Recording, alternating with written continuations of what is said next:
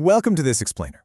If you take a second and just look around right now, you are completely surrounded by products and services you interact with every single day. But what if the way we understand these companies is just entirely wrong? Today, we are going to uncover the hidden architecture of billionaire empires. As you'll see, the consumer products we absolutely love and use daily are actually just brilliant, carefully constructed fronts for entirely different business engines operating quietly beneath the surface. So let's kick things off with a massive paradigm-shifting question to test this theory. What is Google's actual product? Now, most people are going to say Google is a search engine, right? Well, that is perhaps the biggest misunderstanding in the history of technology. Back in the day, two Stanford PhD students had an insight that seemed almost too simple. Web pages that other pages linked to more often were probably more trustworthy. Boom! That was the entire insight for the search engine. But that search bar, that's really just the front door they use to get you inside.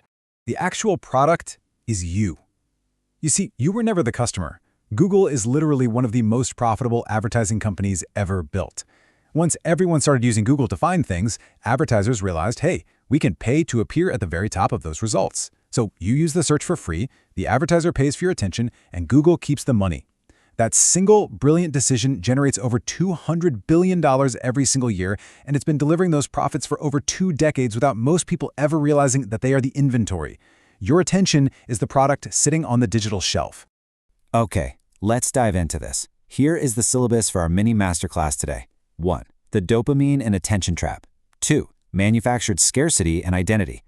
3. Financial instruments in disguise. 4. Invisible infrastructure landlords. And 5. Founder archetypes. Let's start with Section 1, the dopamine and attention trap. We really need to look at how these companies manipulate human psychology. Consider Facebook. Mark Zuckerberg built the first version of it in a single weekend. It was an almost insultingly simple idea, right? Just a digital directory of university students. But its real genius wasn't the code. It was exploiting a core human psychological need.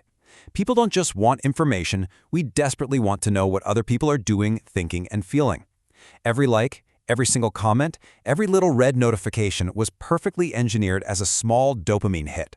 Meta didn't just build a social network, they built a psychological loop. For any business student out there, think of this as the ultimate retention metric, a product that is biologically impossible to ignore. Just look at this number for a second. 3 billion. Because of that engineered psychological loop, 3 billion people now live inside this ecosystem every single day. Think about that. Meta reaches more than half the human population every single month. It went from a project in one dorm room over one weekend to literally the largest captive audience in the history of human communication. Moving right along to Section 2, manufactured scarcity and identity. Now let's pivot away from the digital world and jump into the physical retail space to look at something called manufactured scarcity. So the entire fashion industry used to run on this rigid 6-month seasonal calendar. Amancio Ortega looked at that and decided it was totally broken. His idea for Zara was to manufacture what people are buying right now and get it into stores within just 2 weeks. But the hidden trick? It's the store layout itself. Have you ever noticed how their shelves are deliberately kept half empty? It's not a supply chain problem, folks. It's engineered urgency. From a business perspective, it is an absolute masterclass in accelerating inventory turnover. Customers buy immediately simply because they're afraid of missing out. Then we have the psychological contract of identity. Think of a company like Nike. In the early days, co-founder Bill Bowerman was obsessed with making a high-performance commodity. He famously poured liquid rubber into his wife's waffle iron just to test out a new sole design.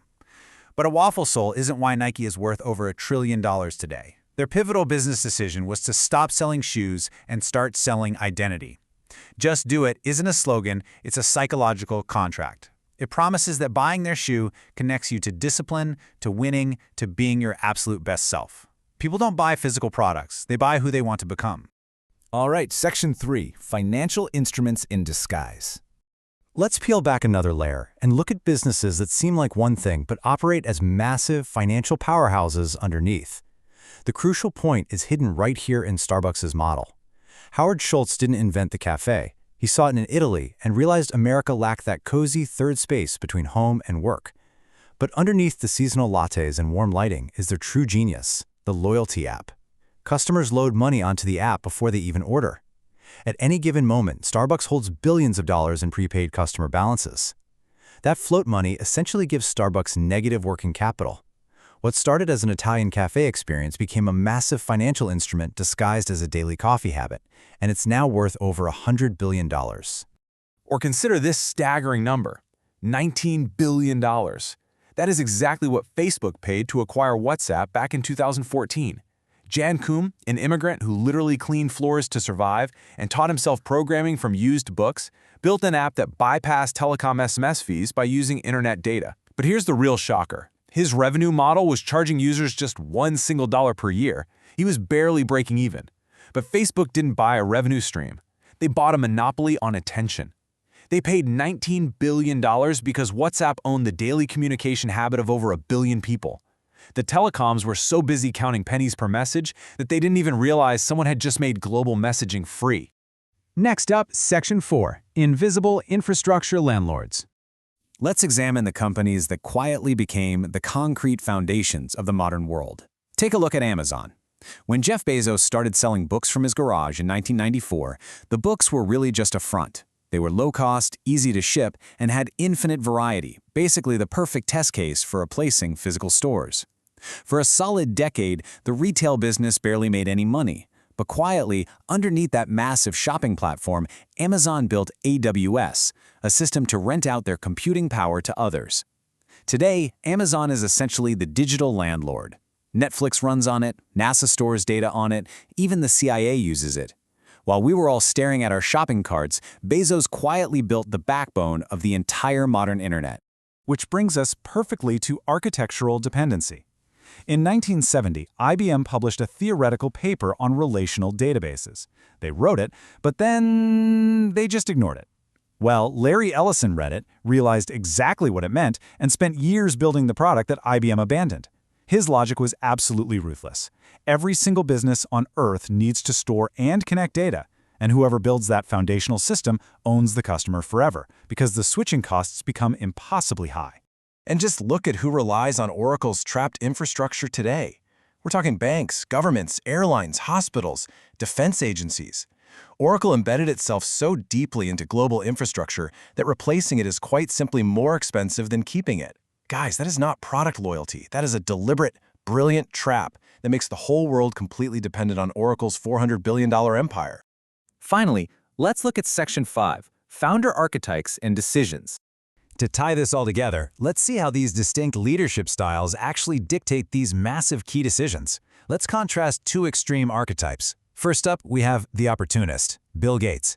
In 1980, IBM desperately needed an operating system. Gates didn't even have one, so he bought one for $50,000 and licensed it back to IBM for a fee on every single machine. He recognized that hardware becomes a commodity, but owning the software layer, that makes you rich without having to build a single physical machine. He almost sold it for a flat fee, by the way. One slightly different decision, and Microsoft's $3 trillion empire simply doesn't exist. On the other side, you have the destroyer, Larry Ellison of Oracle.